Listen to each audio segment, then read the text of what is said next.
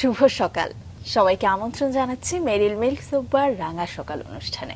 সুন্দর একটি দিনের প্রত্যাশা নিয়ে পুরো অনুষ্ঠান জুড়ে আপনাদের সাথে থাকছি আমি জেরিন এবং আছি আমি মাসুক। শুভ সকাল আমার তরফ থেকেও। চমৎকার সুন্দর সকালে আপনাদের সামনে আবার হাজির হতে পারে এটাও আসলে পরম সৌভাগ্যের ব্যাপার, এবং এমন একটা দিনই আমরা কাটাবো আজকে, এবং আমাদের অতিথি রয়েছেন তাকেও আমরা জানবো। শুভ সকাল জেরিন। মাসুক, শুভ সকাল, কেমন আছো?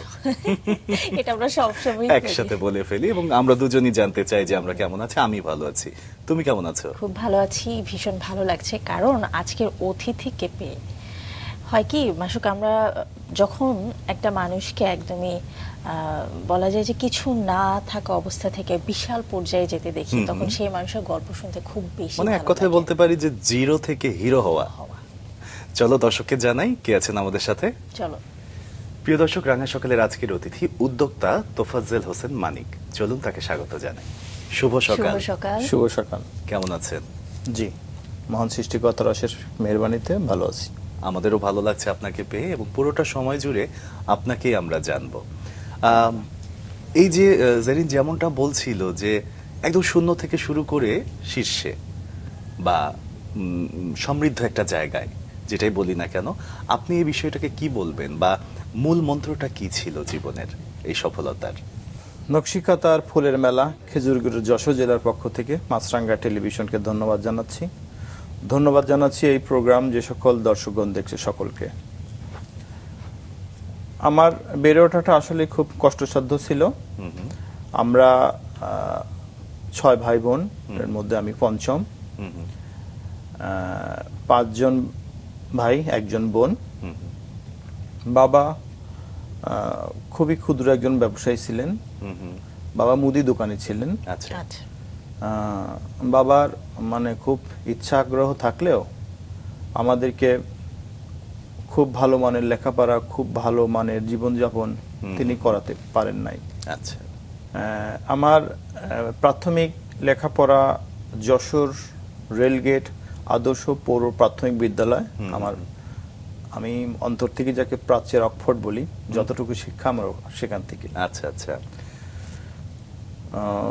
আমার মনে আছে আমি 1, 2, 3 পর্যন্ত সেখানে পড়েছি। ক্লাস 4 পাস আপনারা বলেন, অনেকেই বলে, আমি কিন্তু ক্লাস 4ও পাস নই। ক্লাস 4-এ আমি প্রথম সাময়িকী পরীক্ষা দেওয়া মাত্রই আমাকে বাধ্য হতে হয় লেখাপড়া ছাড়তে, বন্ধ করার জন্য। জানি না, আমাদের আজকের অতিথির কথা শুনে আমার মনে হচ্ছে যে উনি ভীষণ সরলতার মধ্য দিয়ে আসলে জীবনটা কাটিয়ে নিচ্ছেন, এবং সরলতাই ওনার জীবনের মূল মন্ত্র। যেহেতু আমরা শৈশবে ঢুকেই গেছি, চলো আমরা শৈশব নিয়েই জানি তার। একদম রেল স্টেশনের পাশে আপনার শৈশব কেটেছে, জন্ম সেখানেই যশোরে, তাই না? যশোরে, জি। সেই সময় রেল স্টেশন নিয়ে কোনো স্মৃতি মনে পড়ে এখন? সেই সময় রেল স্টেশনে পাশেই বাসা ছিল হয়তো। পাশেই বাসা, জি। রেল গেট আর রেল স্টেশন আমরা সবাই জানি এই দুইটা জিনিসই খুব কাছাকাছি হয়। একদম। তো শৈশবে আমরা এলাকার যারা বন্ধু বান্ধব ছিলাম, আমাদের বুঝবেন কিনা স্থানীয় ভাষায়, যে মালগাড়ি ক্যারিং করার জন্য যে ইঞ্জিলটা থাকে, ইঞ্জিল দেখবেন এক প্রান্ত থেকে খুলে আর এক পাশে যায় সে সংযোগ দেয় ওই রেলের ওই বগিগুলোকে ক্যারি করার জন্য। আমরা একসঙ্গে উঠতাম, একসঙ্গে নামতাম। কখনো কখনো বুঝতাম না যে আসলে এইবারই মানে ইঞ্জিলটা সংযোগ দেবে কিনা, এই সম্বন্ধে আমার ধারণা নেই। কখনো কখনো মনে আছে যশোরের পাশে কালীগঞ্জ, তার দূরত্ব প্রায় 30 কিলো। ওখানে যে নামায় দিত, কি করব, পকেটে টাকা নেই, কিছু নেই, বুঝি নাই। ওই 2 জন 3 জন 4 জন বন্ধু বান্ধব ওভাবে হাঁটতে 4 ঘন্টা 5 ঘন্টা।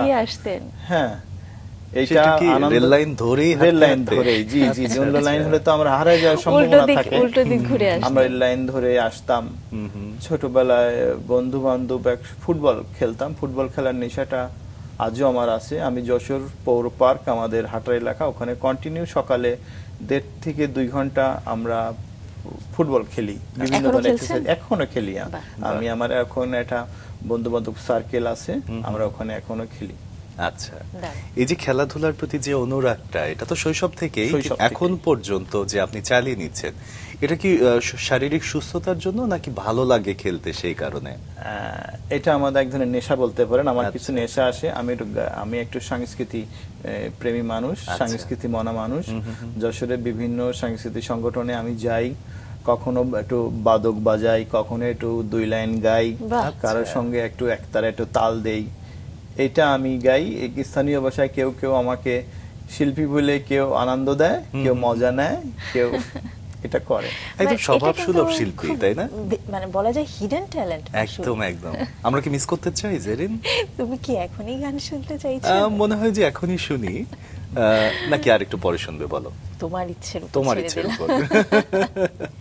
স্যার, মাসুকের খুব ইচ্ছে তো আপনার জি। কণ্ঠে গান শোনার, আপনি কখন শোনাতে যাচ্ছেন?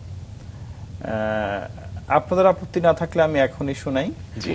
সর্বনাশা পদ্মা নদীর গানটির বোধহয় 1-2 লাইন বলতে পারবো। নিশ্চয়ই। সর্বনাশা পদ্মা নদী তোর কাছে সুধাই, বলা মারে তোর কি রে আর কুল কিনারাহানাই, কুল কিনারা নাই, ও নদীর কুল কিনারা নাই। পদ্মারে তোর তুফান দেখা পরাণ কাপে ডরে, এই না হায় আমায় মারিস নে তোর সর্বনাশা ঝরে। পদ্মারে তোর তুফান দেখা পরাণ কাপে ডরে, এই না হায় আমায় মারিস নে তোর সর্বনাশা ঝরে। একে আমার ভাঙা তরিহি মালো স্বজন ছল্লাহ পরি, একে আমার ভাঙা তরিহি মালো স্বজন ছল্লাহ পরি। আমার নাহায়ে দিল কুরাল মারি, আমার নাহায়ে দিল কুরাল মারি, কেমনে পারে যাই কুল কিনারা নাই। বাহ, বাহ, বাহ, নদীর চমৎকার না? কুল কিনারা খুবই নাই। সুন্দর, খুবই সুন্দর। এবং ভীষণ নদীর কুল সুন্দর। কিনারা থাকুক বা না থাকুক, আপনার জীবন কিন্তু সফলতার কিনারায়। চমৎকার। আমরা আপনার সম্পর্কে আরো জানতে চাই জেরিন। আমাকে জানাতে বলছো? নিশ্চয়ই। স্যার, আপনার সম্পর্কে কিছু তথ্য আছে, আগে একটু দর্শকদের জানিয়ে এসে তারপরে গল্প শুনতে চাই। জি প্লিজ। দর্শক, যশোরের তোফাজ্জল হোসেন মানিক দারিদ্র্যের অনতিক্রম্য বাধা পেরিয়ে নিজের পরিশ্রমে গড়ে তুলেছেন সাফল্যের এক উজ্জ্বল দৃষ্টান্ত। শৈশবে যক্ষ্মায় আক্রান্ত হয়ে নিয়মিত ওষুধ খেতে হলেও পরিবারের অভাবে তা ঠিকমতো জোগাড় হতো না। তবুও মায়ের দেয়া 60 টাকা দিয়ে ওষুধ না কিনে পুরনো গাড়ির লোহা কিনে বিক্রি করাই ছিল তার প্রথম উদ্যোক্তার যাত্রা। পরে ঢাকার ইসলামপুরে প্লাস্টিক কারখানায় শ্রমিক হিসেবে কাজ করে যন্ত্রপাতি বানানো শেখেন তিনি। 1998 সালে মাত্র 7,000 টাকায় কেনা একটি ছোট যন্ত্র থেকে শুরু হয় তার ব্যবসা, যা আজ 2টি কারখানা এবং সিয়াম মোটরস শোরুম ঘিরে কোটি টাকার প্রতিষ্ঠানে পরিণত হয়েছে। তার তৈরি সিস এবং বিডি গোল্ড ব্র্যান্ডের মোটরসাইকেল যন্ত্রাংশ দেশের নানা জেলায় সুনামের সঙ্গে বিক্রি হচ্ছে। শুধু নিজের উন্নতি নয়, অন্যের জীবন বদলাতেও তিনি কাজ করেছেন। গত 15 বছরে অন্তত 30 জন দরিদ্র তরুণকে প্রশিক্ষণ এবং বিনা সুদে ঋণ দিয়ে উদ্যোক্তা হতে সাহায্য করেছেন। পাশাপাশি 2001 সালে প্রতিষ্ঠিত তার স্বেচ্ছাসেবী সংগঠন গূর্ব সমাজ কল্যাণ সংস্থা শিক্ষা, মাদক বিরোধী কার্যক্রম এবং কর্মসংস্থান নিয়ে কাজ করছে। চলুন দর্শক, ফিরে যাই অতিথির কাছে। এই জীবনে অনেক কিছু করেছেন, তবে তার থেকেও মজার যেটা, একদমই ছোট থেকে শুরু করেছেন। যখন কিছুই ছিল না, পড়ছিলাম যে 60 টাকা দিয়ে শুরু করেছিলেন প্রথম উদ্যোক্তা যাত্রা। সেই গল্পটা শুনবো, তবে একটু মনে হয় ছোটবেলায় ছিলাম, ফিরে যেতে চাই ছোটবেলার সেই জীবনে। বলছিলেন ক্লাস 1, ক্লাস 2, ক্লাস 3 পড়ে 4th-এর কিছু সময় পড়েছেন। 3 মাস। 3 মাস। ওই সময়টায় ঠিক কী কারণে পড়াশোনাটা বন্ধ করে দিতে হয়েছিল? অর্থনৈতিক সংকট, দারিদ্রতাই বলবো। অনেক সময় সকালবেলায়, বেশিরভাগ সময় আমরা যাওয়ার সময় মানে আম্মু রান্না করতো না, এটা অধিকাংশ বাসায় হতো। আশা করতাম যে স্কুল ফিরে এসে সকালে খাবারটা খাবো, এসে খাবার থাকতো না। থাকতো না। বাবা কি করতেন? বাবা মুদির দোকানে মুদি ছিল। দোকান। আচ্ছা। তার নিজস্ব দোকান ছিল? দোকান ছিল আচ্ছা। মুদির। তো ছ ভাই বোন ছিলেন আপনারা? 6 ভাই বোন। আপনি পঞ্চম? আমি পঞ্চম, জি। বড়রা কি করতেন? বড়রা কেউ বাসের হেল্পার, কেউ রিক্সা চালক, এভাবেই ছোট ছোট কাজ করতেন। সবাই একসঙ্গেই ছিলেন? একসঙ্গেই ছিলাম। আচ্ছা। এখন সৃষ্টিকর্তার অশেষ রহমতে অন্যান্য ভাইরা আমরা আছি, বেশ ভালো আছি, সবাই পরিশ্রমী বলতে পারেন। কে কোথায় আছেন সেটা তো অবশ্যই আমার শুনবো। ছোট ভাই আজিজুল হককেই মানে ইচ্ছা ছিল যে নিজে তো লেখাপড়া করতে পারিনি, ওই ভাইটাকে লেখাপড়া করাবো। আমি সহ অন্যান্য ভাইয়ের চেষ্টা ছিল। বাহ। সে ভাইটা চট্টগ্রাম বিশ্ববিদ্যালয় থেকে ইংলিশে অনার্স মাস্টার্স করে Jessore Shaheen school and college, যেটা বিএফ শাহিন বলি আমরা, সেখানে সে শিক্ষক আছেন। বাহ। আমার বড় একজন আছেন দেলোয়ার হোসেন একজন পরিবহন চালক। তার বড় আছেন ইকবাল হোসেন অত্যন্ত মানে পরিশ্রমী মানুষ।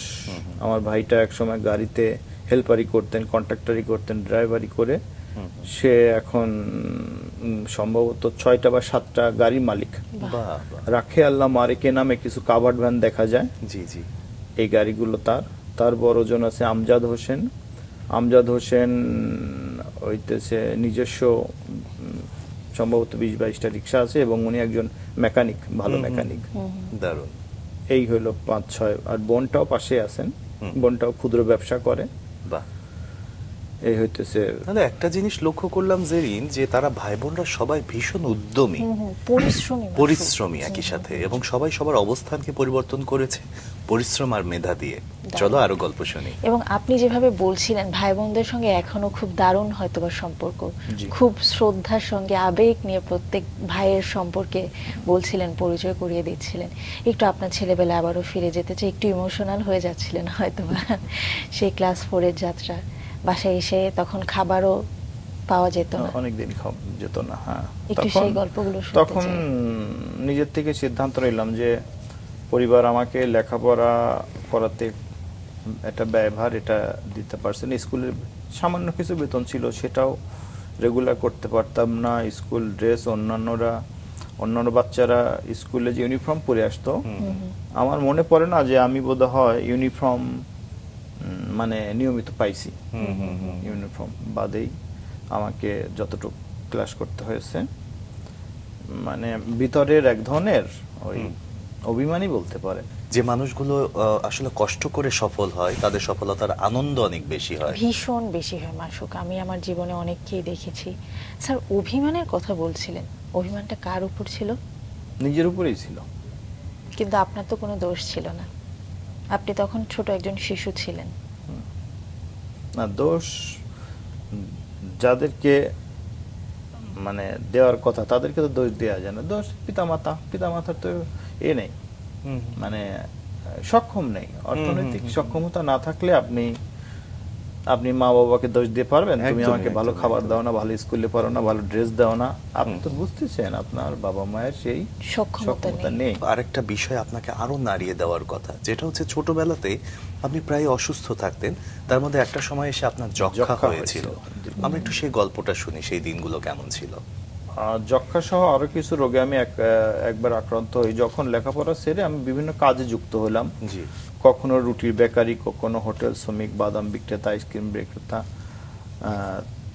এরকম সময়ের একটা পার্টে আমি ঢাকায় চলে যাই। আমাদের এলাকার কোনো এক ব্যক্তিকে ধরে ও ঢাকার গাবতলীতে বাসে হেল্পারি করতো।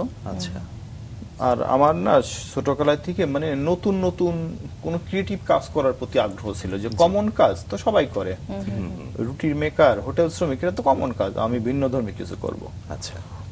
আমি গাবতলীতে চলে গেলাম, তার সঙ্গে গাবতলীতে যে বাসে হেল্পারি করলাম। আমার মনে আছে সোহাগ পরিবহন আমি হেল্পারি করেছি। সে গাড়িটার নাম্বারও আজও মনে আছে, সম্ভবত 2156। আচ্ছা। সে গাড়িটা আপনার প্রথম ঢাকায় এসে কাজ। হ্যাঁ, আমি গাবতলীতে যে ওই যে যাত্রীদের ওই যে ব্যাগগুলো ক্যারি করতাম, সেই সময় মনে আছে 2 টাকা 5 টাকা পেতাম, গাড়িতে হেল্পারি করতাম। কিন্তু আমার ধারণা আমি ভিন্ন কিছু করব, ক্রিয়েটিভ কিছু করব। জি জি। ওখানে একটা লোকের সঙ্গে আমার নিয়মিত দেখা হতো। উনি বাড়ি সেই সময় পদ্মা সেতু তো ছিল না, ওই যে কাটা লঞ্চ কাটা গাড়ি বলতো, বুঝলেন নাকি, দৌলতদিয়া থেকে আরিচা পার হয়ে যে গাড়ি লঞ্চ কাটা। একজন ভদ্রলোক, সম্ভবত ওনার বাড়ি শরীয়তপুর, উনি ইসলামপুরে হইতেছে এই প্লাস্টিক মেশিন অপারেট করতো আচ্ছা। ম্যানুয়ালি। তো ওনার সঙ্গে আমার কয়েকবার দেখা যাত্রাপথ। আমি বলতাম, কাকা আপনার ওই কাজটা আমি করতে চাই, আমায় নিবেন? তো এভাবে হয়তো কয়েকবার ওনার সাথে দেখা হওয়ার পরে একটা সময় উনি আমাকে নিয়ে যায় ইসলামবাগে, ঢাকা ইসলামবাগে নিয়ে যায়। ইসলামবাগের এক্স্যাক্টলি জায়গাটা আমার মনে নাই, পাশে দেখতাম বুড়িগঙ্গা নদী, লঞ্চ স্টিমার চলতেছে, তার পাশেই কোন এক চিপার মতো ছোট একটা কারখানা, ওখানে আমি কাজ করছি সম্ভবত 1.5 বছর। কাজ করে আমি মানে প্লাস্টিকের এনি প্রোডাক্ট আমার হাতে দিলে আমি এটার তৈরির প্রসেস, এর কাঁচামাল কি হবে, কোনটার সাথে কোনটা মিক্সার যাবে, এইটা আমি রপ্ত করে ফেললাম। বাহ। এবং ওই পরিবেশে থাকতে থাকতে আমি অসুস্থ হয়ে পড়লাম। ওখানে থাকা খাওয়াটা, প্লাস্টিকের একটা হ্যাঁ, ধকল থাকে। যক্ষা সহ আমি কয়েকটা রোগে আক্রান্ত হইলাম। আমি তখন হইতেছে যশোরে আবার রিটার্ন করলাম। আচ্ছা। যশোর রিটার্ন করে ওই চিকিৎসা আর এর পাশাপাশি ছোট ছোট কাজ করতে থাকলাম। কিন্তু যক্ষার সেই চিকিৎসাটা আমার মনে হয় সপ্তাহে বোধহয় 60 টাকা ওষুধ লাগতো আমার মনে হয়। তা আম্মু এটা খুব ভালোভাবে কভার করতে পারতো। আচ্ছা। আচ্ছা আচ্ছা। আমরা কত সালের কথা বলছি? আমরা 1999-98 কথা বলছি। আচ্ছা, তখন এটা মোটামুটি ভালো একটা অ্যামাউন্টই ছিল। আপনার বয়স তখন হয়তো বা 20 পেরিয়ে গিয়েছে নাকি আরো কম? 18-19 18-19 এর কাছাকাছি। একটু শুনতে চাই, যখন যশোর ব্যাক করলেন কেমন ভাবে আসলে সেই জিনিসটা কাটিয়ে উঠলেন? আচ্ছা, তো এই সপ্তাহের মেডিসিনটা ক্রয় করতে দেখতাম আম্মুর খুব কষ্ট হতো টাকাটা অ্যারেঞ্জ করতে। তখন একটা সপ্তাহে টাকা ঠিক নিলাম আম্মুর কাছ থেকে, কিন্তু আমি মেডিসিন কিনে নিই। আচ্ছা, কি করলেন? আমি মেডিসিন কিনে নিই, যেহেতু বাস স্ট্যান্ড আমার বাড়ির পাশে, পাশে। বেনাপুল বাস স্ট্যান্ড বলা হয়তো, যশোর থেকে আচ্ছা, বেনাপুল আচ্ছা। যে বাসটা যায়, ওখানে আমি একটা জিনিস ফলো করতাম। ধরেন কোনো একজন বাস মালিকের 2-3টা বাস আছে, তার বাসায় প্রত্যেকের বাড়িতে ওই যে মোবিল যে ঢম, গাড়ির গিয়ার অয়েলের যে একটা ঢম বা পট যাই বলি না কেন, এরকম বাতিল পট ওনারা ওয়েস্টেজ ভাঙড়ি দামে বেচে দেয়। আচ্ছা। আমার কাছে মনে হলো যে ওই 60 টাকা দিয়ে আমি 2-3জন বাড়ির মালিকের কাছে যাই এটা ক্রয় করলাম। আমার আজও মনে আছে একটা ঢম ওদের 8 টাকা দিয়ে ক্রয় করতাম, আর বাজারে নিয়ে এটা 2 টাকা, 2.5 টাকা, 3 টাকা প্রফিটে আমি সেল করতাম। আচ্ছা আচ্ছা। হ্যাঁ, বাহ। মেডিসিন আমি আর খাচ্ছি না। এভাবে যখন প্রথম দিন করলাম আমার মনে হয় 25 টাকা আমি প্রফিট করলাম। বাহ। আচ্ছা। তার মানে 60 টাকা নিয়ে 85 টাকার মতো এরকম। পেলেন। এভাবে চলতে থাকলো কতদিন, বোধ হয় 1.5 থেকে 2 মাস। শরীরের কন্ডিশন তখন কেমন? শরীরের খারাপ condition- কিছু হয়নি? এটা চেক আপ করারও মানে আসলে হয়নি, সুযোগ আর হয়ে সুযোগ ওঠেনি। হয় নাই। বাসায় মানে জানতো? একদম একদম। বাসায় কি বাসায়- জানতো? না, বাসায় জানতো না, বাসায় আচ্ছা, জানতো আচ্ছা। না। আসলে পরে একটা মনের সময় শক্তিটাই জানছে। হচ্ছে বড় বড় শক্তি, তাই না? তার প্রমাণ। হ্যাঁ, এটা পরে একটা সময় জেনেছে, তখন আর আমি মেডিসিন নেইনি। তো 1.5 থেকে 2 মাস এই কারবারটা করতে করতে আমার মনে আছে আমার 7,000 টাকা পুঁজি হয়। বাবা। 7,000। 7,000 টাকা দিয়ে তখন আমার বাসার সামনে আমি ছোট একটা ব্যবসা প্রতিষ্ঠান দাঁড় করাই। আচ্ছা আচ্ছা। কোন অভিজ্ঞতা থেকে আমি গাবতলিতে গাড়িতে কাজ করা অবস্থায় তার ক্ষুদ্র ক্ষুদ্র পার্ট সম্বন্ধে আমার একটা ধারণা তৈরি হয়। এটা নাট, এটা বল্টু, এটা গ্রিস, এটা মোবিল, ইত্যাদি ইত্যাদি ইত্যাদি। যশোর শহরের আরএন রোড থেকে বড় পাইকার দোকান থেকে আমি ওই পুঁজি দিয়ে, হ্যাঁ, খুব অল্প কিছু মাল নিয়ে আমার ওখানে বাসার সামনে আমি একটা দোকানটা চালু করি। সেটার মাসিক ভাড়া ছিল মাত্র 300 টাকা। আচ্ছা। আমার মনে আছে। মালিক ভাই আমার প্রতিবেশনী মারা গেছে, মহান সৃষ্টিকর্তা তাকে করুক, জান্নাতবাসী করুক। সেই লোকটা আমাকে সুযোগ দিছিল, আমিও। এবং আমার মনে আছে কয়েক মাসের ভাড়া দিতে পারতাম না। হ্যাঁ, ব্যবসা তো কেবল চালু করছে, স্বাভাবিক এটা। উনি এটা ম্যানেজ করে নিত, আচ্ছা আচ্ছা। মালিক ভাই।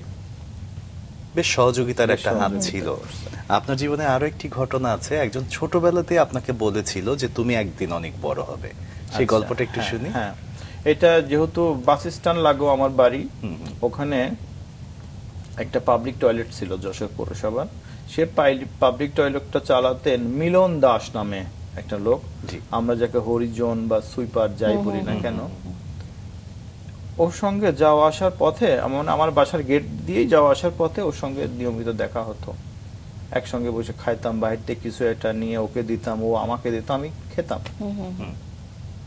ও আমাকে না মাঝে মধ্যেই বলতো যে দাদা, ওরা তো ওই যে আমরা জানি যে যারা হরিজন, এদের বাংলা কথাটা একটু টানা টানা হয়, জি জি জি।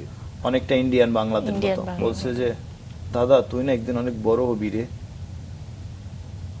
হ্যাঁ, আমি আমার কাছে ওইটা খুব মানে মানে খুব গুরুত্বপূর্ণ কিছু মনে হতো না। তখন আমি এই বিজনেস করি আর কি। আচ্ছা আচ্ছা। হ্যাঁ, ও দেখতো যে আমি মানুষকে, আমার কাছে কোনো মানে একে সহায়তা নিতে গেলে হুম হুম। আমার যতটুকু সাধ্য করলে তো আমি করতাম। এটাও দেখে হয়তো জি। বিভিন্নবার আমি কোনো অসহায় মানুষকে একটা রুটি কিনে দিচ্ছি, ও এরকম কিছু মুহূর্ত দেখেছে। দেখে আমার ভবিষ্যৎবাণী সে করছিল যে তুই মানিক অনেক বড় হবি দাদা। বাহ। বাহ। তা একজন হরিজনের কথাও আমার আজও মনে পড়ে। সে বেঁচে আছে, একদম। তাকে এখন শুভেচ্ছা তো জানাই। আপনাকে সে দেখেনি। এখনো দেখে, জি, তবে সে অসুস্থ, আচ্ছা, দেখে। দারুণ, ভীষণ সুন্দর। একদম। জীবনটা আসলে এমনই। শুনছিলাম আপনার গল্প যে কয়েক মাস ভাড়াও দিতে পারেননি প্রথম যখন ব্যবসা শুরু করলেন, জি। সেই গল্পটা আবার একটু ফিরতে চাই। তো ওই ব্যবসাটা ভালো যাচ্ছিল না। ওই যেটা ট্রেডিং বিজনেস, কিনে বিক্রি। জি। কিন্তু ওর সাইটে আমার সেই ওই যে ভ্রাম্যমান বাড়ি বাড়ি যে পুরাতন ঢম কিনে সেল করা, ওটার থেকে কিন্তু আমি প্রফিট করছি। প্রফিট করছিলাম। আচ্ছা, এটা করতে করতে আমার আরেকটা এক্সপিরিয়েন্স কি আছে, আমি ইসলামবাগ থেকে ওই যে যন্ত্রাংশ তৈরি করা আমি জানি। সেই সময় যশোরের চাষরা মোড়ে মরহুম সৈয়দ আবুল বাশার চিস্তি বকুল ভাই, উনি চিস্তিয়া তরিকার অনুসারী ছিল, খুব আচ্ছা। ভালো মানুষ ছিল। আমাকে মাত্র 2200 টাকায় একটা মেশিন দেয়। তার নাম আছে প্লাস্টিক চাপা মেশিন। আচ্ছা। মানে ওই একই মেশিনে বিভিন্ন ধরনের প্রোডাক্ট তৈরি করা যায়। আমি সেই মেশিনটা নিলাম, যে আচ্ছা। দেখি কাজ তো কিছুটা শিখে আছে, এ ধরনের প্রোডাক্ট আস্তে আস্তে রানিং করতে পারি কিনা। কোথায় লাগাবো মেশিন, কোথায় বসাবো, জায়গা নাই। আমার সেই ঘরটা খুবই ছোট, বোধ হয় 10 ফিট 12 ফিট টিনের ঘর, চাষের বেড়া, ফ্লোরটা কাঁচা, তারপরে একটা রেডিমেড খাটের পাশে আর একটা টেবিল এনে লাগালাম একই ঘরের মধ্যে। যেটা থাকার ঘর এটাই মনে করেন কারখানা। হ্যাঁ, তাহলে কি করি, ঘরে কি দোকানটা শুধু আপনিই থাকতেন? আমি, হ্যাঁ, তখন প্রথমে আমি থাকতাম। আচ্ছা। আমার বিবাহ হয় নাই। বা পরিবারের অন্য কেউ? অন্য না, ভাই ওই বোন? রুমটা আমি একাই থাকতাম। আচ্ছা। আচ্ছা, তাইলে আমার ছোট ছোট 3টা কর্ম যুক্ত হয়ে গেলাম। সময় ফ্রি পাইলে আমি প্লাস্টিক মেশিন চালাই, আমি দোকানটায় বসি, আর ভ্রাম্যমান আমি সে হকার। এটা করতে করতে প্রোডাক্ট বানানো শুরু করলাম, যে আচ্ছা। এই ধরনের প্রোডাক্ট আমি তৈরি করব যে প্রোডাক্টের হিউজ চাহিদা আছে। কি প্রোডাক্ট? আমি আরএন রোডে আসলাম। যশোর আরএন রোড হচ্ছে অটোমোবাইলসের বিশাল বাজার। জি। ঢাকার আচ্ছা। বংশাল, চট্টগ্রামের কদমতলী, যশোরের আরএন রোডকে বলা হয় অটোমোবাইলসের বাজার। তো দু একজন পরামর্শ দিল, মোটরসাইকেলের চেন কাভার রাবার খুব চলে, ডাম্পার বুশ অনেক চলে, ওই কি হ্যান্ডেল ফিটিং রাবার চলে, এগুলো গাড়ির যন্ত্রাংশের নাম। কিছু স্যাম্পল নিলাম। ওই সেই বকুল ভাই যে মেশিন দিল, উনি আবার ডাইশোর মেকার, আচ্ছা, ফর্মা আচ্ছা। বা সাস বা জি, জি, মোল্ড, জি। বিভিন্ন নামে এটাকে চেনা হয়। ওনার কাছে গেলাম, উনি কিছু কিছু ডাইস বানায় দিল। আর ইসলামপুর তো আমার পরিচিত, ওখান থেকে প্লাস্টিকের দানা, যে র ম্যাটেরিয়াল জি, জি। নিলাম। আস্তে আস্তে বানাচ্ছি, পার্টিদেরকে দিচ্ছি, দেখাচ্ছি, নিচ্ছে। আমার ব্যবসার এ ছিল যে আমার গুণগত মানটা যাতে ভালো হয়, পণ্যের কোয়ালিটি যাতে ভালো হয়, রিজনেবল প্রাইস যাতে ভালো হয়, এই 3টা বিষয়। আর সার্ভিস, পার্টি চাওয়া মাত্রই যাতে আমি দিতে পারে। সহজেই দ্রুত সময়ের মধ্যে ডেলিভারি দিতে পারি, আচ্ছা। এই বিষয়গুলো আমি মাথায় রাখতাম। দারুণ দারুণ। আর ছোটকাল থেকে বললাম না যে আমার মধ্যে একটা ভিন্ন ধর্মী কোনো কিছু করার আগ্রহ এটা ছিল, সেই থেকে হইতেছে ব্যবসা আমার চলমান, আস্তে আস্তে পার্টি তৈরি হচ্ছে। আচ্ছা, নিজের শোবার ঘরে যে মোটরসাইকেলের যন্ত্রাংশ তৈরি শুরু করলেন, তখন সবচেয়ে বেশি সহযোগিতা কে করলো? ওই সময় আমাকে আমার এক চাচু আছে, উনি ইন্তেকাল করছে, ওর নাম নজরুল ইসলাম। আচ্ছা উনি আমাকে আরো কিছু পুঁজি দেয়। আচ্ছা উনি দেখে যে আমি মানে বয়স হিসাবে আমার ব্যবসায়িক অভিজ্ঞতা, হুম, কর্ম স্পিড হুম, ভালো, আমি ওনাকে হেল্প চাইছিলাম, হুম। উনি আমাকে দিয়েছে, কিন্তু সেই টাকাটা আমি আজ পরিশোধ করতে পারিনি, সে দুনিয়ার থেকে চলে গেছে, তার কাছে চির। কত সুন্দর একটি কাজ উনি রেখে গেছেন, এত মানবিক জায়গা থেকে আপনার পাশে দাঁড়িয়েছেন যে আপনি এখনো তাকে স্মরণ করছেন স্মরণ এত করছেন। শ্রদ্ধা ভরে। আসলে ইচ্ছে যদি অদম্য হয় জেরিন, কোনো কিছুই বাধা নয় বলে আমি মনে করি। এবং আমার মনে হয় সৃষ্টিকর্তাও তখন মাসুক কাউকে না কাউকে দিয়ে আমাদেরকে সাহায্য একদম করে, একদম একদম। এবং যেটা আসলে আপনার জীবনের প্রতিটা পদক্ষেপে প্রতিটা পর্যায়ে আমরা দেখতে পাচ্ছি যে কেউ কেউ গার্ডিয়ান এঞ্জেল হিসেবে এসে আপনাকে সবসময় সাহায্য করে গিয়েছে। শুরু করলেন আপনার ব্যবসা, একসঙ্গে অ্যাট এ টাইম 3টা চলছিল, পরবর্তীতে এটার বিস্তৃততা আসলে কত দূর পর্যন্ত হলো? আচ্ছা, আরো বড় কেন করতে চাই, হুম, হুম, আমি মানে নিজের থেকেই ভাবতে শুরু করলাম যে কোন ধরনের প্রোডাক্ট করব, খুব বেশি চলে হুম, হুম। মোটরসাইকেল। সেই সময় ভারত থেকে নতুন নতুন মোটরসাইকেলের ব্র্যান্ড আসতেছে দেশে, হুম, হুম। ভাবলাম যে এটা একটা মানে সম্ভাবনাময় ব্যবসা, এটার পিছনে লাগা যেতে পারে, আচ্ছা এই ব্যবসাটাকে বৃদ্ধি করতে হবে। আমার ব্যবসা যশোর রেলগেট থেকে আমি মনস্থির করলাম যশোর RN রোড, যেটা সেন্টার পয়েন্ট, আমাকে ওখানে আসতে হবে। হুম, হুম, হুম। যশোর RN রোডে আসলাম আমি জোনাকি মার্কেটে, ও নামে নতুন একটা মার্কেট, ওখানে আসলাম মাত্র 500 টাকা ভাড়ায়, আচ্ছা আর 5000 টাকা অগ্রিম জামানতে এই দোকানটা আমি নিলাম। RN রোড থেকে, সরি রেলগেট থেকে আমি আসছি RN রোডে, আচ্ছা বিজনেস পয়েন্ট মানে ব্যবসাটা শিফট করলেন। শিফট করলাম, চেঞ্জ করলাম। এবার এখানে RN রোডে আসে সারা বাংলাদেশের পার্টি। আমার যে ইচ্ছা আগ্রহটা ছিল সেটা আমার কাছে মনে হলো এখানে আমি বোধহয় পূরণ করতে পারবো। আচ্ছা আরো নতুন নতুন প্রোডাক্ট, আরো নতুন নতুন ব্র্যান্ড, কোনটা রানিং। হুম, হুম, তখন আমি এর পাশাপাশি শিখলাম ব্রেক শু পেস্টিং। হুম, হুম, হুম। ধরেন আপনারা যে গাড়িতে চলেন, হুম।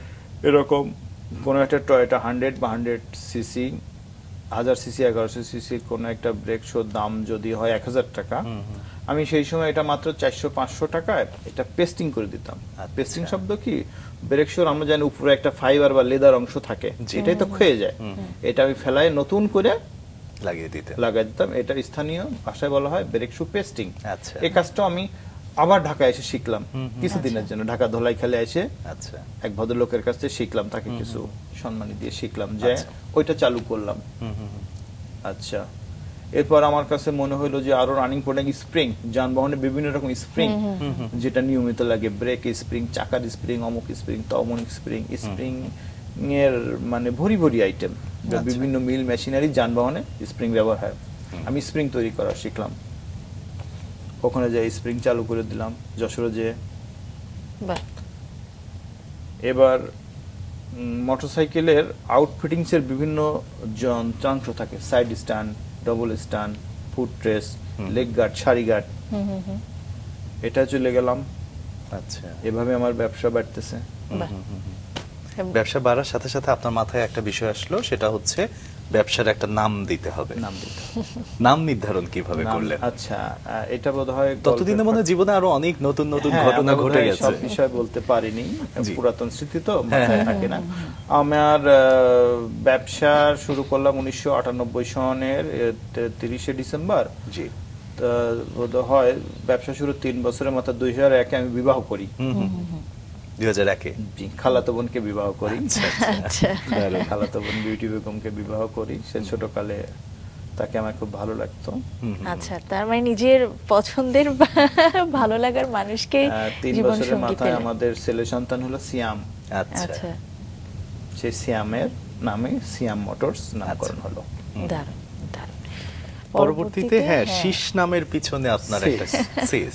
শেষ SIS SIS বর্তমানে আমার 3 সন্তান, সিয়াম, ইসফা, সায়েম, এই 3 জনের থেকে নিয়ে সিস। আচ্ছা, ব্র্যান্ড কেন করলাম? হ্যাঁ। বিজনেস করতে যে দেখলাম যে এই বিদেশ থেকে এখনো অধিকাংশ এই যন্ত্রাংশগুলো আমরা যেটা করি তার একটা বিরাট অংশ, বলতে পারেন যে 20%-এর 18% এখনো বিদেশ থেকে রপ্তানি হয় কিন্তু এই পণ্যগুলো এখনো। আচ্ছা আচ্ছা। তো তারা বিদেশ থেকে বিভিন্ন ব্র্যান্ডিং দিয়ে এই পণ্যগুলো আনে, বিভিন্ন নামকরণ দিয়ে।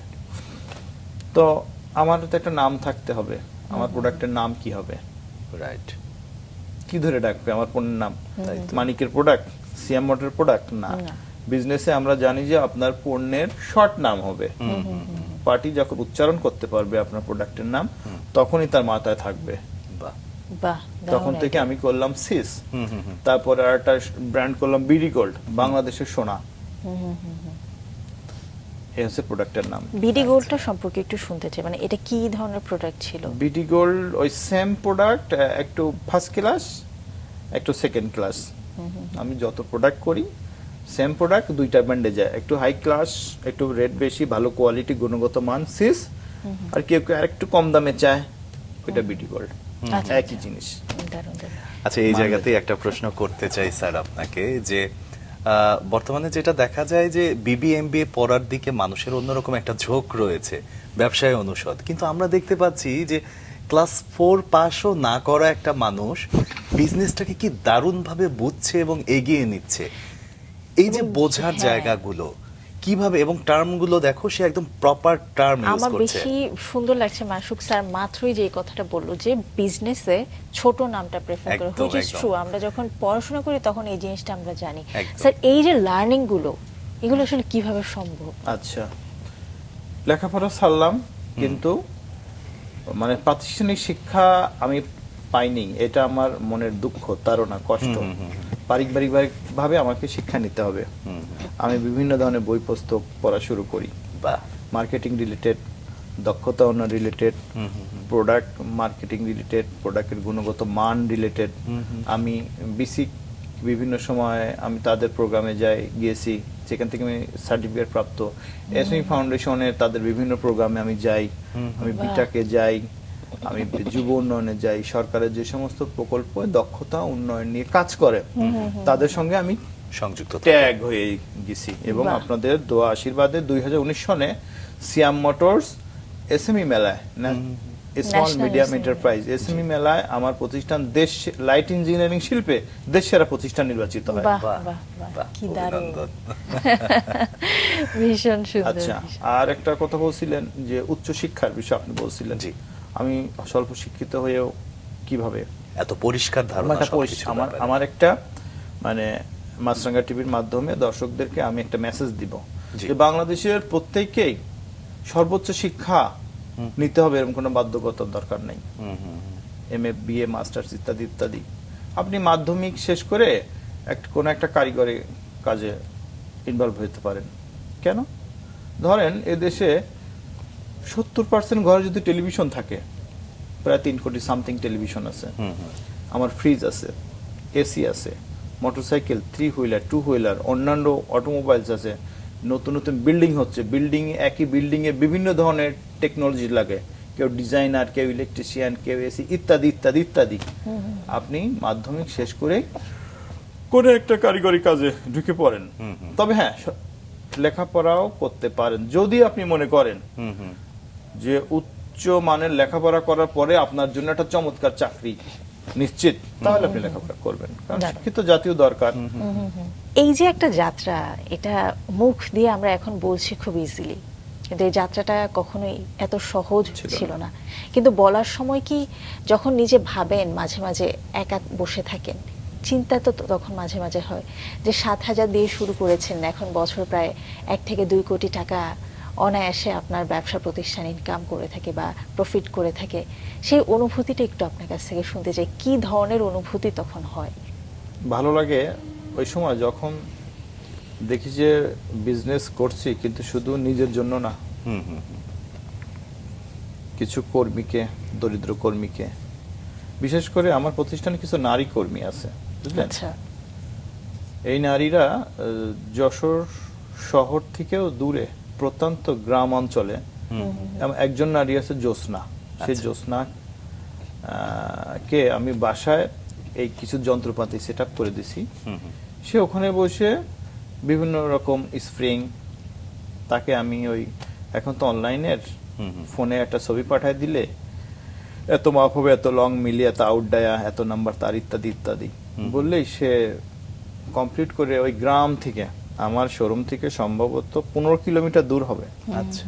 আমার নারীদেরকে সুযোগ দেওয়ার একটা কয়েকটা বিশেষ কারণ আছে। একটা হইতেছে ছোটকালে থেকে যখন আমি ওই লেখাপড়া না করে ঝরে পড়ছি, আমার এক ধরনের তাড়না ছিল বা প্রতিজ্ঞা ছিল বা পণ ছিল বলতে পারি, যে বড় হলে আমি আমার সাধ্য অনুযায়ী দরিদ্র মানুষকে সহায়তা করে যাব। বিভিন্ন ভাবে হইতে পারে। এই সহায়তাটা আমি করি কিভাবে? মানুষকে কর্ম দিয়ে। দারুণ দারুণ। আমার কর্ম করে সে যদি অর্থনৈতিকভাবে স্বাবলম্বী হয়, আমার সেই পুরাতন সেই এটা কিন্তু অনেকটা পূরণ হবে। একদমই। আত্মকর্মসংস্থানের সুযোগ করে দিয়েছেন।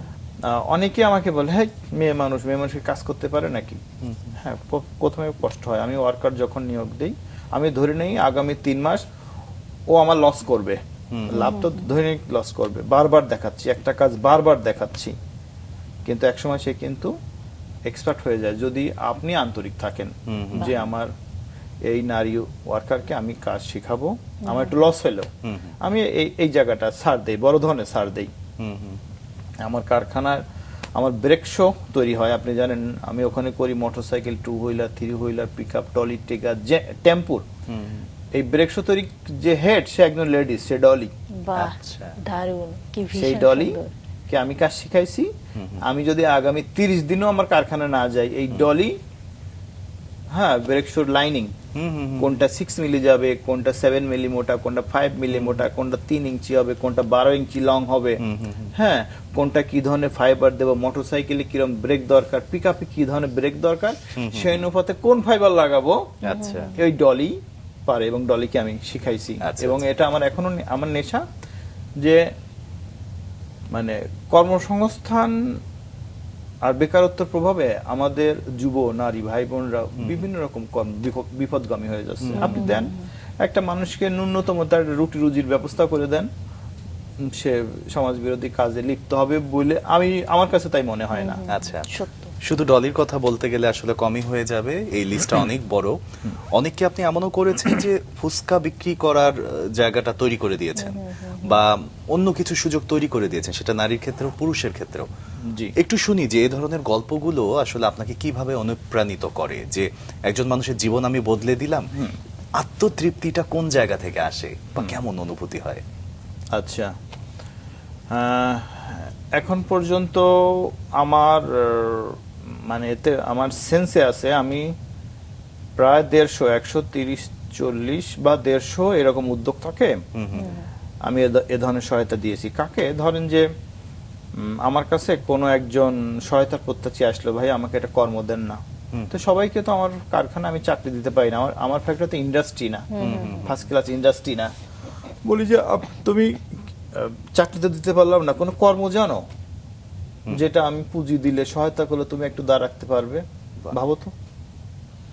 হয়তো কেউ স্পটেই বলে, ভাই আমি সবজি ব্যবসা করতে পারি, পুঁজি নাই। সর্বশেষ সোহেল রানা, যশোর বিজ্ঞান প্রযুক্তি বিশ্ববিদ্যালয়ের ছাত্র সোহেল রানা আমার কাছে আসে। সোহেল রানার পুঁজি নাই, ওর ব্যবসা করতে প্রথম ওর চাও, ভাই আমাকে একটা ভ্যান গাড়ি কিনে দেন। আচ্ছা, ভালো লাগলো, স্টুডেন্ট ছিলে, যাও ভ্যান গাড়ি খোঁজো। ভ্যান গাড়ি খুঁজে ভ্যান গাড়ির মূল্য আমার কাছে 7,000 টাকা নিল। এই 7,000 টাকা সোহেল কিভাবে দিলে তোমার সুবিধা হয়? বলছে, ভাই আমি ব্যবসা করে কম কম করে আপনার অল্প অল্প করে আপনাকে শোধ করব, কিন্তু কোনো প্রফিট নাই, ওই 7,000 টাকায় আমাকে শোধ করবে, আচ্ছা, আচ্ছা। 1 টাকা প্রফিটও দিবে না, আমি নিবও না। আচ্ছা। তো সোহেল রানা দাঁড়ায় গেছে। সোহেল রানার কে এই সহায়তা দিছিলাম বোধ হয় 1 বছর আগে। সোহেল রানার কাছে আমার কন্ডিশন ছিল, তুমি নিজে দাঁড়াও এবং আরো অন্যদেরকে তুমি সহায়তা করো। সোহেল রানা আমাকে যখন বলে, ভাইয়া ওর 2টা শপ খুলছে, ওর হইতেছে যশোর বিজ্ঞান প্রযুক্তি বিশ্ববিদ্যালয়ের সামনে একটা শপ, আর একটা ওর গ্রাম মনিরামপুরে, আচ্ছা, ওখানে একটা শপ। এখন ওকে আমার পরামর্শ ছিল, শুধু একটা আইটেমের মধ্যে থেকো না সোহেল রানা, শুধু সবজি না, আরো আরো এইটা বাড়াও ওইটা বাড়াও। হ্যাঁ, তো আমার আমার এগুলো নেয়। ইদানিং বিভিন্ন ফার্মের থেকে ডিম এনে দেখি ডিম সেল করা একটা আইটেম বাড়াইছে। কিছু গরু ফার্ম থেকে দুধ আনিছে, দুধ সেল করতেছে। মানে আমার কাছে মনে হয়েছে যে আমার এই মডিফিকেশনটা ও নিয়েছে। তো একজন সোহেল রানার গল্প তো এরকম। আরেকটা ছেলে আছে আমাদের রেল গেটে, ওর নাম বলবো না, সে মসজিদের খাদেম। তো ও আমাকে এখন থেকে সম্ভবত 6 বছর আগে আসে, ভাই আমার তো 3 বাচ্চা, সংসারটা চলতে কষ্ট হয়, একটা বিজনেসের থিম দেন না। বললাম যে বিজনেসের থিম তোমার মাথার থেকে বের করো, আমি সাহায্য করব। ও বোধহয় 3-4 দিন পরে আসে, বললো ভাই আমি এই যে মসজিদে খাদেম, ওই মসজিদের সামনে আমি বিকেল টাইমে ভাজা পোড়া ব্যস্ত, পুঁজি তো নাই। প্রথম পুঁজি কি লাগবে? ওর ওই উপকরণ কিনতে কিছু টাকা লাগবে আর একটা গাড়ি লাগবে। দিলাম। ওর সঙ্গে নিয়মিত দেখা হয়। ও আমাকে বলে ভাই ওইটা এখন ও খাটে, ওর বাবা বোধহয় আর একটা কি ব্যবসা করতো, ওইটা বাদ দিয়ে বাপ বেটা খাটে। ও আমাকে বলে প্রত্যেক দিন আমি 1000, 1200, 1500 টাকা ইনকাম করি, এবং তার কাছে গেলে এত আদর স্নেহ করে, এটা খাওয়ায় ওটা খাওয়ায়। ভালো লাগে এই সমস্ত কর্মগুলো দেখলে। এরকম আমার সাইটে আমি এ যাবৎকাল প্রায় 150 জন নারী পুরুষ মিলে, কেউ প্রতিবন্ধী আছে, কেউ নারী আছে, কেউ ভিক্ষাবৃত্তি করা জেসমিন খাতুন আজকে বাদাম ভাজাওয়ালা, জি, এই গল্পটা একটু শুনতে চাই। এই জেসমিন আমার দোকানে আসছিল সম্ভবত বছর খানেক আগে, সাহায্য চাইতে, মুখটুক ঢেকে। দেখবেন ওই যে বলা হয় না, যারা মিডল ক্লাস মানুষ এরা আপনার কাছে মানে মুখ খুলে চাইতে পারে না, আত্মসম্মানটা আসলে আত্মসম্মান লাগে খুব, শুধু চোখটা বিনিমিনি দেখা যাচ্ছে এভাবে, ভাই আমাকে একটু সাহায্য করেন। তো আমি তার গঠন দেখে বুঝলাম তার বয়সটা এত বেশি না, 40, 42, 38 এরকম বয়স। তো আমার দোকানে অনেক লোকজন ছিল, লোকজনের সামনে বললে লজ্জা পাবে, আলাদা একটু বাইরে নিয়ে গেলাম। জাপা আপনি এই বয়সে চাচ্ছেন কেন? আপনি কোনো একটা কাজ করেন না? কবে কাজ তো কেউ দেয় না। ঠিক, অনেক কাজ দিতে চায় না, খালি মুখেই বলে তোমার তো কাজ করতে পারো, খাও না কেন, সেটা বলে, অনেকেই বলে, আমরাও বলি। তাহলে আপনি বলেন তো আপনাকে একটু যদি সহায়তা করি আমি, আপনি কোনো ব্যবসা বোঝেন যেটা করে মোটামুটি নিজে চলতে পারবেন? উনি বললো ভাইয়া আমি বাদাম, আমার এলাকায় অনেকে কাঁচা বাদাম কিনে ভাইজে ফেরি করে স্টেশন, বাস স্ট্যান্ড, বিভিন্ন পয়েন্ট, স্কুলে সেল করে, আমি ওইটা করতে পারি, আমাকে কিছু বাদাম কিনে দিতে পারেন? ওকে 1 বস্তা বাদাম কিনে দিলাম। আচ্ছা, দারুণ। এবং ওই সময় আমাকে এই অর্থটা আমিও দেইনি। আমাদের ওই যে আমি যে সংগঠনটা চালাই, জি, আমাদের সভাপতি ব্যারিস্টার সেতু, রেফাত রেজওয়ান সেতু, আচ্ছা আচ্ছা, সেতু ভাইকে বললাম এই টাকাটা আপনি দিবেন। মানে আবদার করে বললেই কিছু লোক আছে না, শোনে, মানে হ্যাঁ মানে তুমি বলছো দিয়ে দেবো, সমস্যা নেই। তো যাই ওকে দিলাম, সে আর ভিক্ষা করে না, তো আবার দেখি বাদাম বেচে। আচ্ছা, আমার স্টাফদের বলে দিলাম ও যখন আসবে বাদাম খাইতে মনে না চাইলেও বাদাম কিনবেন 1 প্যাকেট করে সবাই। ওই বাদাম কিনে আমাদের যারা, আবার আমরা খাওয়াই দেব। শুধু এই কাজগুলো নিজেই করেননি, এগুলোর জন্য নিজে একটা সংগঠন করেছেন। সংগঠনের গল্পটা একটু শুনতে চাই, কবে করলেন, কি পরিমাণ কাজ হয়েছে? সংগঠন প্রথমে সংগঠন ছিল না, আমি যখন ব্যবসা শুরু করি, ওই যে ব্যবসা শুরু করলে কিছু কিছু অর্থ ইনকাম হয়, তার আগে মনোবাসনা ছিল যে মানুষের কল্যাণে কিছু কাজ করব, সেই অর্থ দিয়ে ছোট ছোট কাজ করি। প্রথম আমার মনে আছে আমার বাড়ির পাশে একজনকে বেলায়েত ডাকি, বেলায়েত মামার বাড়িতে একজন ভ্যান চালক, সে হইতেছে দুর্ঘটনা আক্রান্ত হয়, সে নিজে আক্রান্ত হয়, তার গাড়িটাও ভেঙে চলে যায়। প্রায় সপ্তাহ এটা মেরামত করতে পারে না, সংসার চলে না। সে আমার কাছে গেল, বাবা আমার একটু হেল্প করো। কি হেল্প করব? বলছে আমি গাড়িটা মেরামত করব, কিন্তু হাওলাত তো কারো কাছে পাচ্ছি না। আপনারা জানেন প্রত্যেক এলাকায় যে মানে কি ভাষাটা আমি প্রয়োগ করতে চাচ্ছি না, ওই আপনাকে টাকা দিব আমি 1000 টাকা, তুমি আমাকে প্রতি সপ্তাহে আরো 50 টাকা প্রফিট দিবে, অর্থনৈতিক লভ্যাংশ। হ্যাঁ, তো এটা নিতে সাহস পাচ্ছে না, কারণ ও তো গাড়ি কখন ভালো হবে, কখন খাটবে, আর কখন সেই প্রফিট দিবে। আমি বললাম যে ঠিক আছে তোমার কোনো প্রফিট দিতে হবে না, আমার মনে আছে সপ্তাহে 50 টাকা করে এই 1000 টাকা সে আমাকে শোধ করছিল। বাহ। এভাবে আচ্ছা, তখন আস্তে আস্তে এটা সংগঠনের রূপ দেব, কারণ সংগঠনে এলাকার স্বেচ্ছাসেবক আমাদের সমবয়সী যারা একটু সিনিয়র জুনিয়র ভালোবাসে, উৎসাহ দেয়, ভাই আসেন আরো করি কি কি করা যায়। তখন এটার নাম নির্ধারণ তো এটা করতে হবে, গর্ব সমাজ কল্যাণ সংস্থা, গর্ব মানে নির্মাণ ডেভেলপ তৈরি করব, সেই গর্ব সমাজ কল্যাণ। এটা আমরা রেজিস্ট্রেশন করি, পরে রেজিস্ট্রেশন ভুক্ত সংগঠন। এখন এই সংগঠনের সঙ্গে যুক্ত আছে ব্যারিস্টার রেফাত রেজওয়ান সেতু সভাপতি, আমি তোফাজ্জল হোসেন মানিক আছি, যশোরের প্রফেসর ডক্টর বিশিষ্ট শিক্ষাবিদ মুস্তাফিজ স্যার আছে। এই সংগঠন থেকে এখন পর্যন্ত যে কাজগুলো আমরা চলমান যেটা করতেছি, আমরা দক্ষ মানব সম্পদ উন্নয়ন নিয়ে বেশি কাজ করতেছি। এই যে আপনাদের স্টুডিওতে আসার 1 ঘন্টা আগে একটা ছেলে আমাকে ফোন দিয়েছে, তার বাবা নাই, মা বোধহয় ইন্তেকাল করছে, সে একটা টেকনিক্যাল কাজ করে।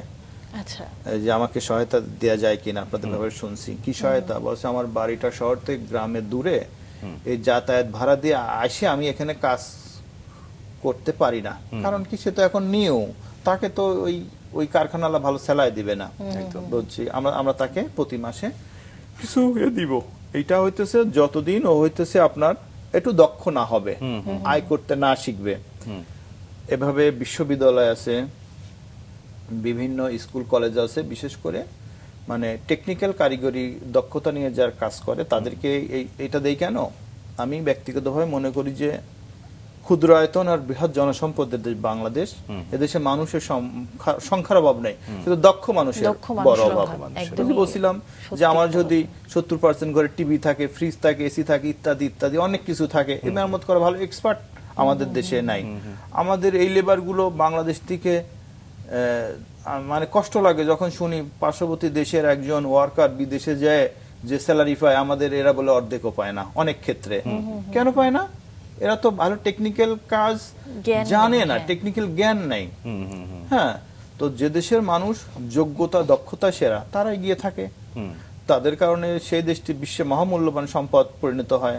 আজকে চীন জাপানের কথা যদি বলি, দক্ষ জনশক্তির কথা আমরা বলছিলাম, সত্যিকার অর্থে দক্ষ জনশক্তি দেশের জন্য অনেক দিক থেকে হিতকর। দক্ষ জনশক্তিকে রপ্তানিও করা যায়, কিন্তু দক্ষ জনশক্তির দক্ষতা বৃদ্ধির আগে তাকে বেশ কিছু বিষয় থেকে দূরে সরিয়ে আনতে হয়, যেমন মাদকাসক্তি। আপনি সমাজের সচেতনতামূলক অনেক ধরনের কাজই করছেন, তার মধ্যে এই বিষয়গুলোও রয়েছে। ছোট্ট করে একটু শুনবো, কারণ আমরা চলে এসেছি আয়োজনের একদমই শেষ পর্যায়ে। হ্যাঁ, আমার যশোর শুধু না, আমরা জানি বাংলাদেশের একটা বিরাট অংশ এখন মাদকে ডুবে আছে। আমি আমার অঞ্চলের বিভিন্ন শিক্ষা প্রতিষ্ঠানে এই সংক্রান্ত আমরা ক্যাম্পেইন করেছি। ক্যাম্পেইনের শিরোনাম এরকম যে আদর্শবান ছাত্রছাত্রী পারে পরিশীলিত দেশ জাতীয় সমাজ গঠন করতে, নীতি নৈতিকতা সম্পন্ন জীবন গঠনে গর্ব সমাজ কল্যাণ সংস্থার আহ্বান। সে আহ্বানটা অনেক বড়, বললে 3 ঘন্টা লাগবে, এটা বলছি না। তো এই সংক্রান্ত ওদেরকে আমরা ক্যাম্পেইন করে উদ্বুদ্ধ করি। আমাদের যশোর সদরে বেশ কিছু শিক্ষা প্রতিষ্ঠানে আমরা সমাজের বিশিষ্ট জনকে নিয়ে এ ধরনের করেছি। তার মধ্যে আমাদের উদাত্ত আহ্বান থাকে, তোমরা যদি কেউ মানে লেখাপড়ার থেকে ঝরে পড়ে যেন মানে সমাজ বিরোধী কোনো কাজে যুক্ত হয়েও না। যদি মনে করো আমার কাছে এসো, তোমার কোনো বিজনেস আইডিয়া থাকে আর আমার যদি সাধ্য থাকে আমি হেল্প করব, আর যদি টেকনিক্যাল কাজ শিখতে চাও আমি করাবো। এইটা সহ যে একজন 14, 15, 16 বছর বয়সী যুবকের যে কথাগুলো মাথায় ঢুকাইলে হ্যাঁ সে ভাবতে শুরু করবে, সেইগুলো আমরা বলে থাকি। এবং যশোরে আমাদের বিভিন্ন প্রচারণা আছে, এবং যতদূর জানি আপনারা একটা টেকনিক্যাল স্কুল খোলারও পরিকল্পনা করেছেন। হ্যাঁ, এটা আমি বলতে পারেন গত 1.5 যুগ থেকে আমি স্বপ্ন দেখতেছি যে আমার একটা যদি টেকনিক্যাল স্কুল থাকে। অলরেডি তো আমি বিভিন্ন ধরনের কাজ জানি, আমার অঞ্চলের ধর্ম বর্ণ জাত পাত নির্বিশেষে আমি সবাইকে কাজ শিখাবো। হ্যাঁ, কাউকে ইলেকট্রনিক্স, কাউকে হার্ডওয়্যার, কাউকে কম্পিউটার হার্ডওয়্যার, অটোমোবাইলস, ওয়েল্ডিং ইত্যাদি ইত্যাদি। মানে বর্তমান সময়ে যে এক্সপার্ট গুলো আমাদের দেশে দরকার, যে চাহিদা যে টেকনিক্যাল সেক্টরগুলোতে রয়েছে, কিন্তু এটার জন্য আমি বলে আসছি এখন পর্যন্ত কেউ আমাকে হেল্প করে নাই। এটা আমাকে সরকার বা কোনো বিত্তশালী কেউ যদি হেল্প করে আমি এটা মৃত্যুর আগে আমি প্রতিষ্ঠা করে যেতে চাই, তা না হলে আমার এই চাওয়াটা কবরেই যাবে আমার সঙ্গে। আমাদের দেশে হবে সেই ছেলে কবে, কথায় না বড় হয়ে কাজে বড় হবে। কিন্তু একটা ছেলে হলে তো হবে না, দেশে এরকম অনেক ছেলে দরকার। একটা ছেলেকে আজকে আমরা সামনে পেয়ে গিয়েছি। এবং সেই ছেলে বাকি ছেলেদেরকে গড়ার লক্ষ্যে কাজ করে যাচ্ছে এবং তার পরিকল্পনা অনেক বড় এবং বিস্তৃত। একদম শেষ পর্যায়ে চলে এসেছে মাসুদ। শেষ পর্যন্ত চলে আসলো। আজকে কিন্তু আমার অতিথি থেকে আমরা বিদায় নেব না, কারণ আমাদের অতিথি যেহেতু শিল্পপ্রেমী, তার একটা গান দিয়ে আমরা আজকে শেষ করব। এবং তার এই কাজের রেশ আজকে থেকে আরো 500 বছর পর্যন্ত থাকবে, সে ব্যাপারে কোনো সন্দেহ নেই। আজকের রেশটা থেকেই যাক যে উনি আছেন সবসময় আমাদের সাথে। একদম শেষ পর্যায়ে একটা গান শুনতে শুনতে আমরা বিদায় নেই। একটা দেশত্ববোধক গানের এক দুই লাইন গাই। জি জি। জি স্যার।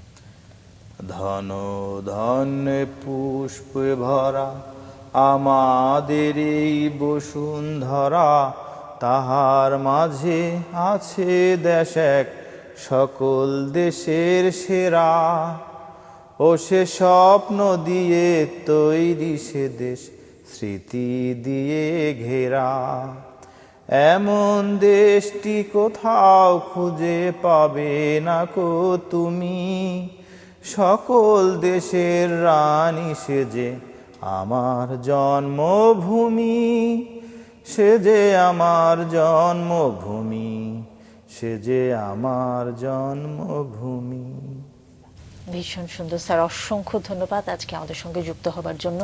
আপনার ভবিষ্যৎ আরো অনেক বেশি উজ্জ্বল হোক, ইচ্ছেগুলো পূরণ হোক, সেই শুভকামনা রইল। আপনাদেরকে ধন্যবাদ, মাছরাঙ্গা টিভিকে ধন্যবাদ, বিশেষ করে স্যামসন এস চৌধুরী। আমি বিভিন্ন সময় কিছু গুণীজনের জীবনী দেখার পড়ার প্রতি আমার খুব আগ্রহ। আমাদের যশোরে আকিস সাহেব, আমাদের স্যামসন এস চৌধুরী সহ যাদের কর্ম স্পৃহা আমাদেরকে কাজ করার আগ্রহ বাড়ায়, এই সমস্ত গুণীজনকে স্যালুট জানাই, ধন্যবাদ জানাই।